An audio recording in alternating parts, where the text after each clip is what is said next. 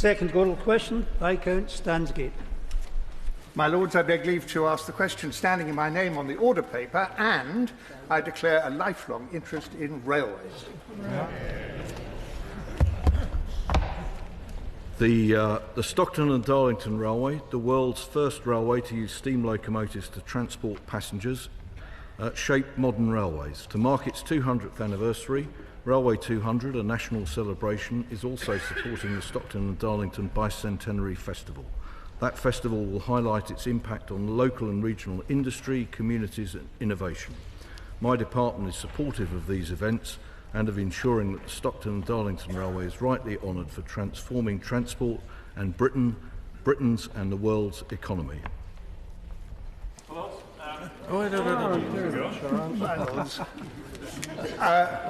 I thank my noble friend the Minister for that answer, and there are clearly many activities to which we can look forward. Can I ask three quick questions?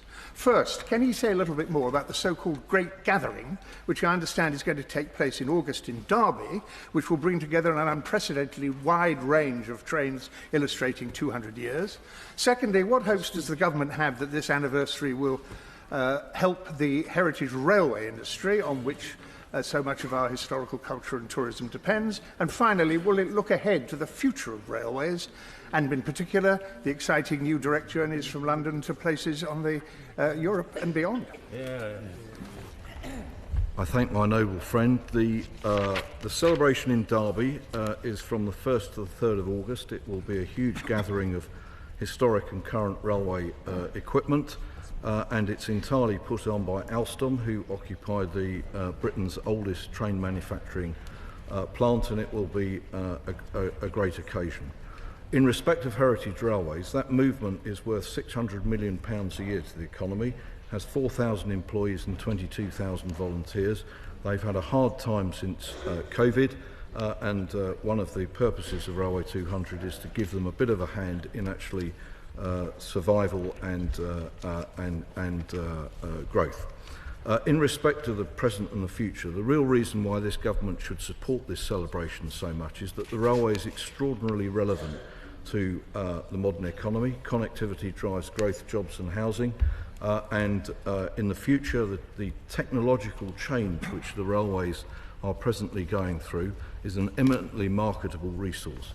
He's also right, of course, that actually European connectivity is important, and my department's working as hard as it can to increase the number of European destinations accessible through Eurotunnel. You can already sense my excitement at this question, so I appreciate the time.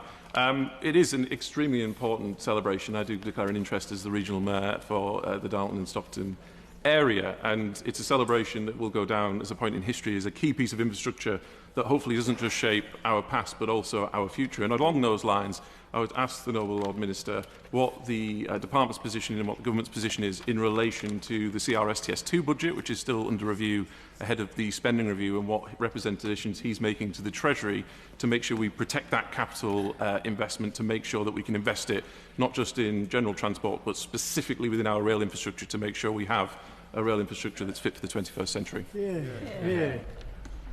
Well, it's not much of a leap to funding in the spending review, is it? But the Noble Lord has his own answer, which is that the CRSTS2 budget is in process. There will be a spending review.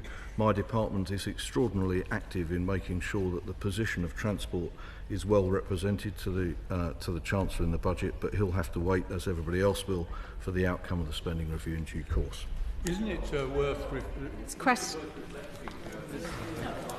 200 years ago, it was British engineering which designed and built the first steam locomotives. It was British engineering which built a phenomenal network of railways across our country, which most of which is still intact and used today. It was a British engineering that was exported all over the world and built railways in pretty well every continent.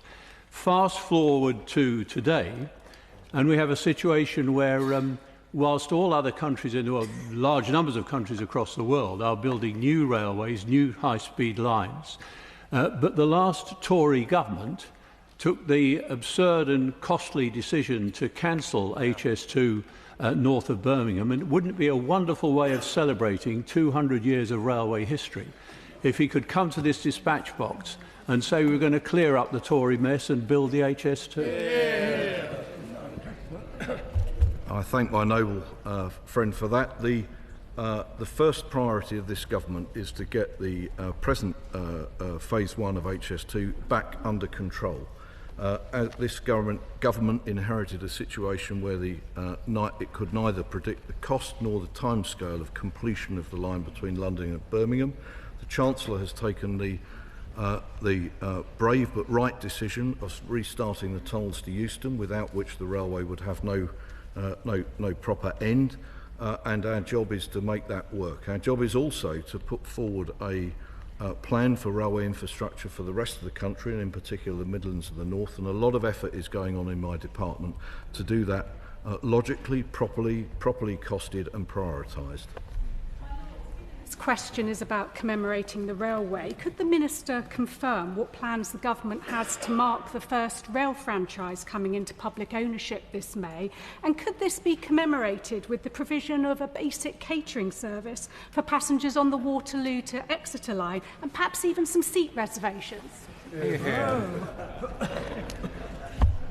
Well, the first publicly run South Western Railway train will be an extraordinarily early hour on May the 20th, and I fear I've got the doubtful privilege of travelling on it. I doubt it will have catering, because I suspect it's a suburban service from Strawberry Hill to Waterloo. The more serious question about the Waterloo to Exeter line is that it could be more reliable. And a lot of effort is being put in to making it more reliable. South Western, like most other current franchises, has a shortage of drivers, and I'm working extremely hard with the department to make sure that both prior to the operation coming back into public ownership and post that it works better for the passengers. Catering we'll look at, but the first priority is to make the train service reliable.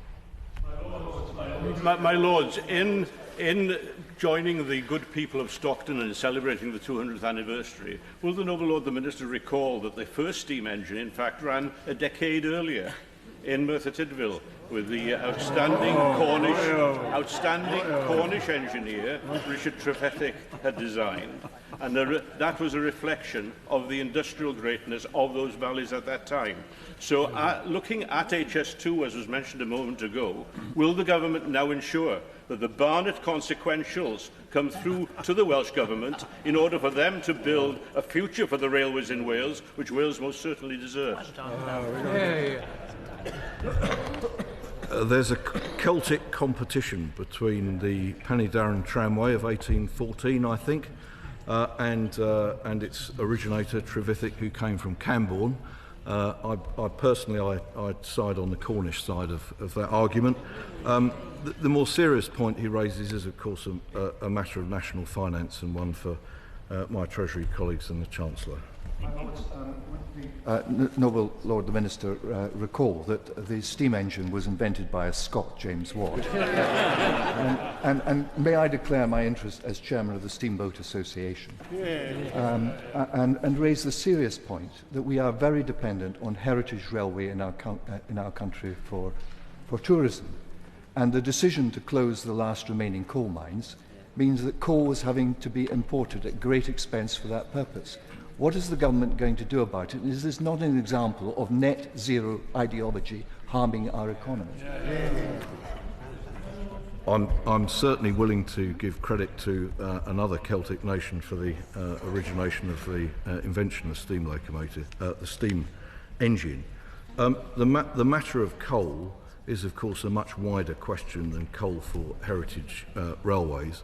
I'd ask the noble Lord to look at an aerial photograph of the last Welsh open-cast coal mine and the hideous blot on the landscape that it represents, and also the huge damage that coal and the coal-fired equipment has done to the environment and the atmosphere.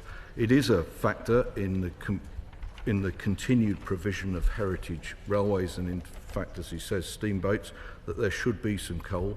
There is some coal, and I can write to him if he wants about the means by which coal substitutes can be procured rather than reopening coal mines. My Lords, turning to the original question, Parliament has played a crucial role in the creation of the railways, particularly your Lordship's House, and over a period of 200 years, noble lords have toiled at the coalface of the hybrid bills and other legislation without which the railways would not exist at all today. Can the noble lords say that Parliament is going to feature prominently in the celebrations of the 200th anniversary of the railways? Might there even be an opportunity for noble lords to fulfil some childhood dreams and drive a steam train? I can certainly ensure that the noble lord is able to drive a steam train, but it won't be on a railway line near Parliament. Parliament will have a unique opportunity this year to contribute to the future of Britain's railways by considering and then passing the forthcoming Railways Bill, which will put the railway back into a state where it can generate revenue, run better and reduce its costs. So I think that will be an excellent contribution of Parliament to the future of the railway. Third oral question.